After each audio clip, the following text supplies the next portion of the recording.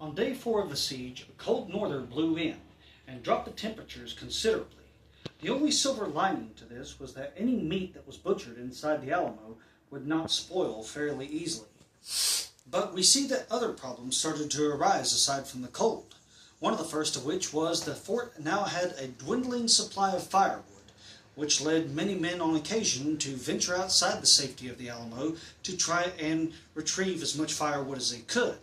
However, it was not to be enough, and so what we see happening was that any food cooked was not cooked long enough. In fact, it was cooked very rapidly, and so by the time that the food was served to the soldiers, it was all cold. And the men of the Alamo had to make do by surviving on 12 days of cold corn mush and beef.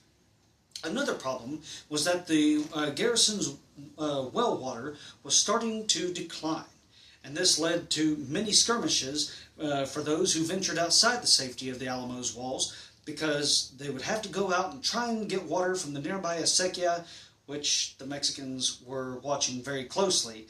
And so we see that many encounters happened in that time. But on the night of the 4th, Colonel Travis orders another hut burning operation to be performed. And no doubt the men of the Alamo enjoyed the warmth of the destructive blaze before they returned to the somber chill of the Alamo walls. Day 5 for the Mexicans dawned pretty much as it had for the Texians on February 23rd, with a search for provisions. Because with such a large army, the town's supplies of food and drink were very quickly running out. And so there was nothing for it but to scout out nearby Tejano ranches and try and bring in as much food and drink as they could to supply the army. Now, the next day was abuzz with rumors. And the rumors were that 200 reinforcements from Goliad were making their way down the Goliad Road to reinforce the Alamo. Of course, these rumors proved to be untrue, not because of Colonel Fannon's lack of trying, because he had in fact tried, but he met with disaster within the first few miles of his journey. And so what took place was that no sooner had the disasters happened, he heard of General Reyes' successes at Refugio and San Patricio, which led him to believe that it would be much better time spent to pull back to Goliad and shore up his defenses there.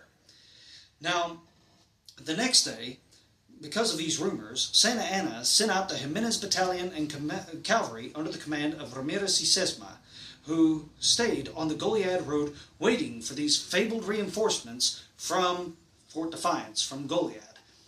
But, of course, that was not to be so. They never showed up.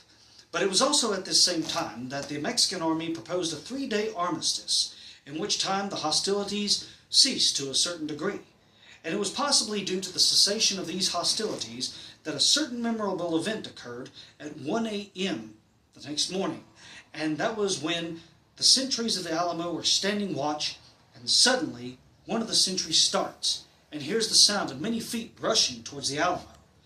And in his haste, he goes ahead and he pulls back and he fires. But there was a human cry that was not Mexican, it was Texian. Because it was one of 32 men from the town of Gonzales who had made their way through Santa Anna's defensive lines to go ahead and relieve the Alamo. And although this brief reinforcements ended up bolstering the men of the spirits, lifting them up, the temperatures still dropped.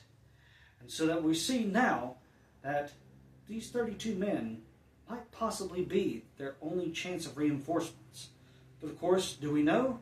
Well, I do. You're going to have to wait around until the next clip when we talk about James Bonham's return to the Alamo.